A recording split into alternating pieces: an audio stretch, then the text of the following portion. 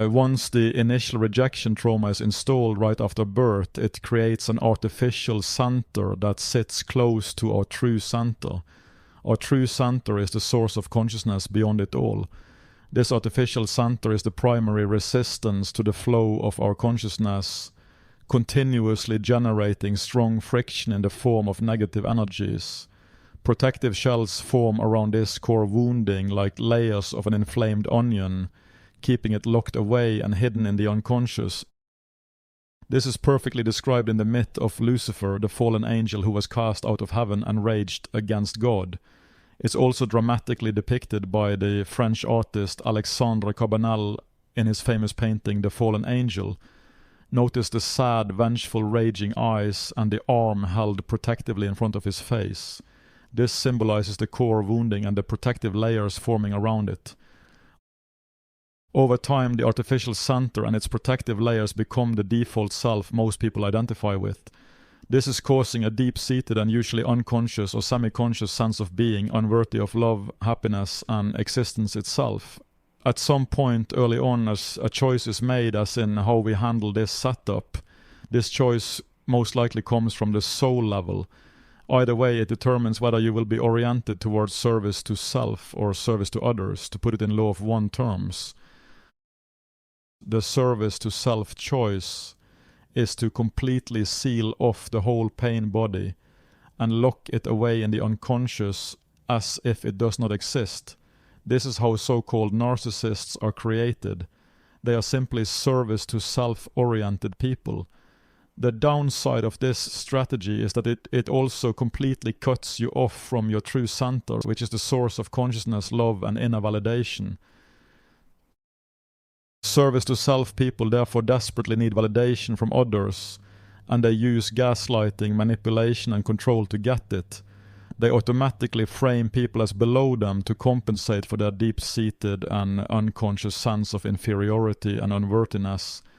This is their negative core drive and intention. For this purpose, they seek out empaths, whom they manipulate and control for narcissistic supply. They get well-meaning but naive people under their spell and keep them as narcissistic supply until they are drained dry and completely broken by the abuse.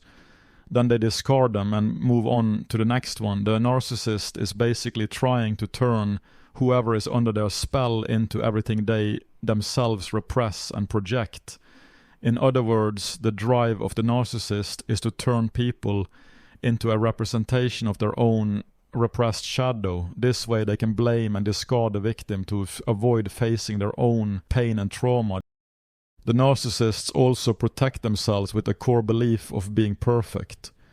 This core belief of being perfect is almost as primary as the split off from source, which is why narcissism is so hard to get rid of. The problem is that this delusional belief is directly tied to the innermost core wounding they want to keep buried and hidden at all costs. This is why the narcissist's sense of self is so inflated and fragile at the same time. By keeping their pain body hermetically sealed, the narcissist is split in two. The conscious persona can be charming and nice, however they can flip into the unconscious trauma-based alter ego at any time and become abusive. Their avoidance of inner suffering forces them up in their heads, living in the superficial, abstract and relativistic mental plane. This is the domain of the voice beings of the collective shadow. With no connection or validation from source or the higher mind available, the narcissist is easily deluded by the voice beings of the collective shadow. The voice beings will feed the narcissist grandiose ideas about themselves, inflate their sense of self-importance, and basically hypnotize them deeper and deeper into such delusions.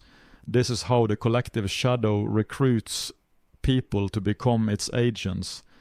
The voice beings of the collective shadow also help narcissists weaponize their projections while feeding off the negative energies being generated by their abuse.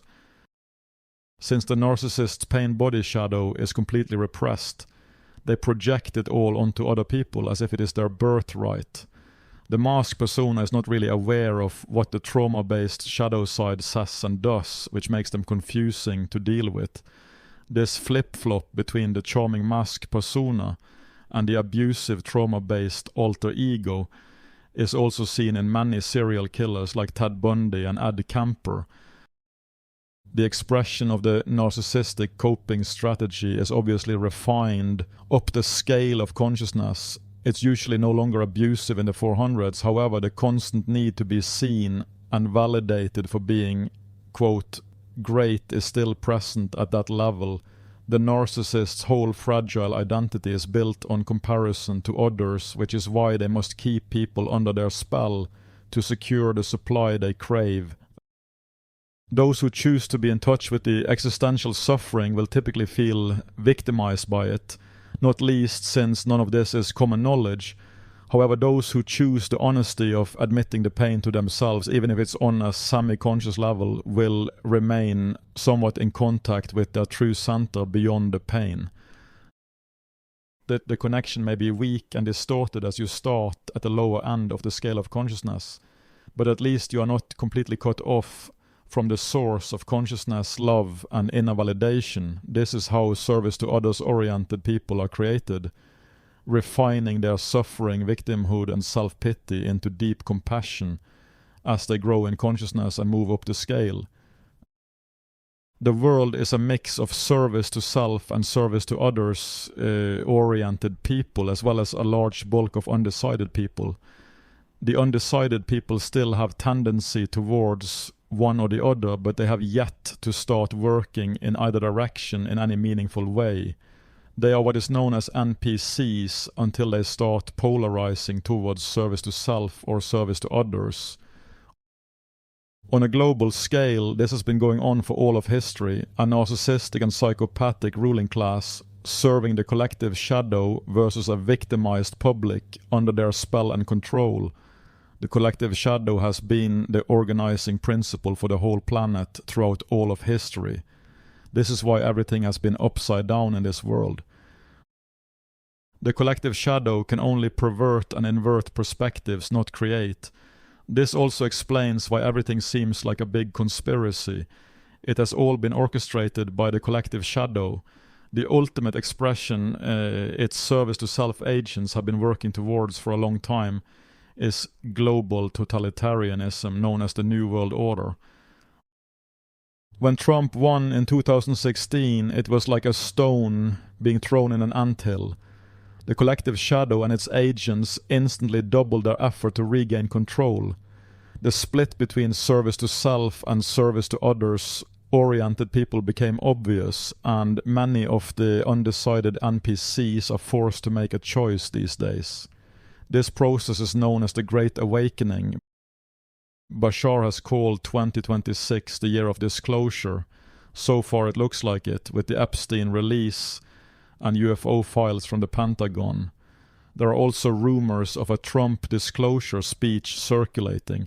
According to Bashar, there will be a global UFO presence building towards the end of the year, all covered by mainstream news.